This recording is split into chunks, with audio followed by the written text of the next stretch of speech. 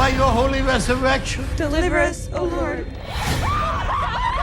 I can't sleep, I can't think. For us to be divided is for us to fall. Look at the light, Emma! See the cross of the Lord! Reveal yourself!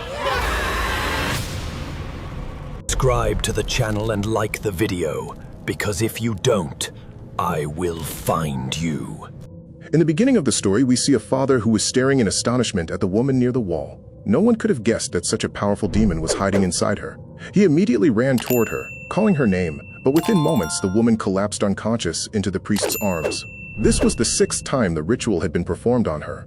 But like every time before, there was no significant change. The woman's name was Emma. A few days earlier, the church's main Archbishop, Edwards, had informed Father Joseph that a patient was being brought to the church where an exorcism would be performed. This patient was Emma, whose condition had severely deteriorated. Outsiders thought she was mentally ill, but after months of observation, even the doctors couldn't diagnose any mental illness. The suspicion now was that Emma was under the influence of a demonic entity. Hearing this made Father Joseph a bit uneasy, especially since his faith had been shaken after his brother's sudden death. However, Archbishop Edwards clarified that another priest would be performing the exorcism. Joseph was only required to assist. Reluctantly, Joseph accepted the responsibility. Within a few days, one night, Emma was brought to the church. The main priest's name was Father Theophilus. Father Joseph welcomed him warmly at the stage, and together they joined a meeting with the church's chief Mother Superior. Father Theophilus proposed that the 3 of them form a team to handle Emma's restraint, her transfers, and documentation of her condition. Father Joseph's role was to observe and document all of Emma's symptoms and behavior. The exorcism process was to be performed every day at sunset. But in the midst of this planning, a nun came rushing into the room and informed them that Emma had become extremely aggressive. She wasn't even eating. Joseph immediately rushed to Emma's room. The scene there was very chaotic. Letters Emma had written to her mother were scattered on the ground. Emma appeared normal at that time.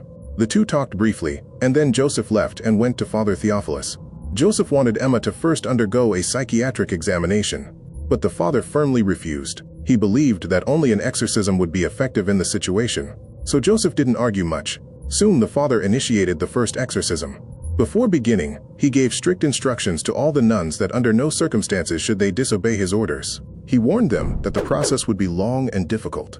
The demon would try to turn them against each other, so everyone needed to maintain mutual trust. Any mistake could result in the failure of the entire ritual. Then the ritual began. All the nuns started chanting. Joseph sat in a corner, recording Emma's actions. As the chanting intensified, Emma began to appear restless. Taking advantage of the moment, the father sprinkled holy water on her. At that moment, Emma fainted. Seeing this, the father declared that that day's ritual was over. The next day, the ritual began again. As the chant started, Emma began reacting. She suddenly stood up and pulled a nun's hair. That day's ritual remained incomplete amid horrifying laughter. Now the 3rd day began, and preparations for the next ritual were made. This time to prevent Emma from hurting anyone. Father Theophilus tied her up with ropes and began the chanting. Emma reacted immediately. Her body began shaking violently, and foam came out of her mouth. Her eyes turned white, and then she suddenly went still. The priest quickly rushed to her and began asking the spirit's name, because it's believed that knowing the name of the spirit is half the battle won. But when has any demonic power ever made it that easy? Just then, a terrifying roar echoed. The nuns covered their ears. They had never heard such a horrifying sound before. Everyone was stunned. It was time for the 4th day of the ritual. This time, one of the nuns quietly brought a rosary with her out of fear. She wasn't confident she would make it out safely.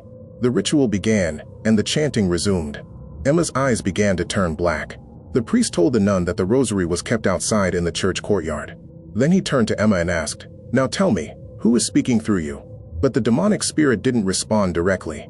Instead it asked, "Father Joseph, how is your brother now? How is your brother now?" It seemed like it was trying to break Joseph's spirit. The priest took a firm stance and placed the cross on Emma's forehead.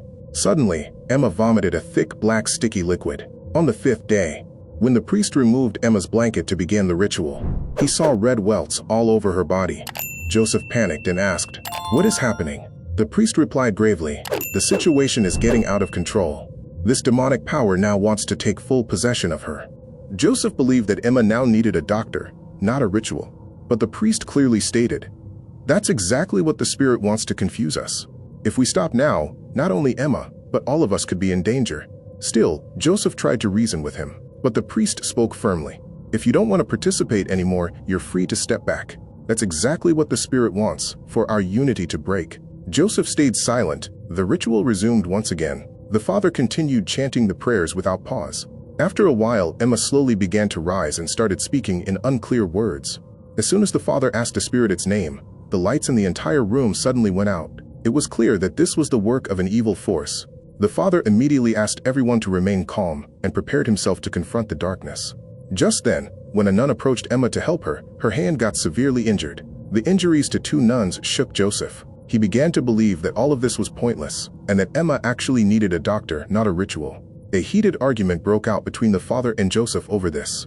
That's when the father revealed a deep secret to Joseph. Years ago, he performed a ritual on Emma's mother as well. At that time, he was a newly appointed priest, lacking experience, and handed over Emma's mother to the doctors. A few months later, he received a letter saying that her mother was fine now. But that was a lie. The spirit had deceived him. Later, Emma's mother died, and from that moment on, the evil spirit set its sights on Emma. The father told Joseph, "This time I will not give up." Hearing this, Joseph agreed and gave his consent to continue the ritual. On the 6th day, Sister Rose went to check on Emma and saw blood splattered on the walls of her room. As soon as she opened the door, she found Emma standing naked and covered in blood. The father rushed to cover her with a sheet. When the Mother Superior learned of this, she became furious. She clearly stated that if Emma's condition did not improve within a week, the ritual would be stopped immediately, and Emma would be sent elsewhere. The nuns' safety came first. Now the ritual was transferred to the church basement. It began for the 6th time there, but this time Joseph intervened and tried to stop it. He informed them that he had consulted a doctor about Emma, and the doctor believed that she only needed rest now. However, the father remained stubborn and continued chanting the prayers. During this, the spirit began to speak. It said that something was going on between Joseph and Rose. Hearing this, Sister Rose ran away in shame, and Joseph was filled with anger. He was ready to confront the demon, but the father stepped in and calmed him down. Joseph quietly walked away, and the father continued the ritual on Emma alone. After some time, Emma calmed down, and the same scene appeared that was seen in the beginning. That night, strange events began in the church. As soon as the father went to sleep, he saw the face of the demon before him. And on the other side, Sister Rose seemed to fall into a trance. She went straight and stood in front of the mirror. Joseph suddenly felt as if strange and terrifying voices were coming from inside the mirror. He realized that it was the trick of a spirit trying to scare everyone and sabotage the ritual. The 7th day had begun. Joseph ran to the father and said, "I feel like some evil force is holding me. I can't think properly or even sleep." The father calmed him down and shared the struggles of his own life, saying, "Every hardship is a test. When it feels like everything is falling apart, that's when the Almighty is making us stronger. That is the true meaning of our existence, to become a better human being through pain." The father's words reignited Joseph's inner faith. Now his belief was stronger than ever. After that, the father began the ritual on Emma for the 7th time. This time the spirit played a new trick. It started pretending to be helpless and merciful. But the father warned the nuns not to fall for it. "It's all a deception," he said. When manipulation didn't work, the spirit attacked directly.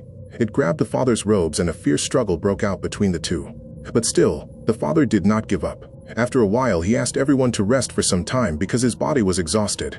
But then something shocking happened. Emma freed herself from the ropes and ran toward the graveyard behind the church.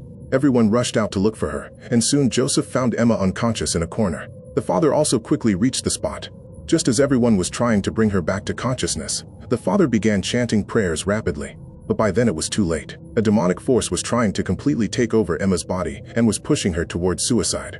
The father intervened immediately. But in the middle of all this, his Bible fell to the ground. The father was about to collapse from exhaustion. Seeing this, Joseph quickly picked up the Bible, removed the holy locket from his chest, and began chanting the prayers with full faith. So friends, this was the full story of the 2025 American horror film, The Ritual.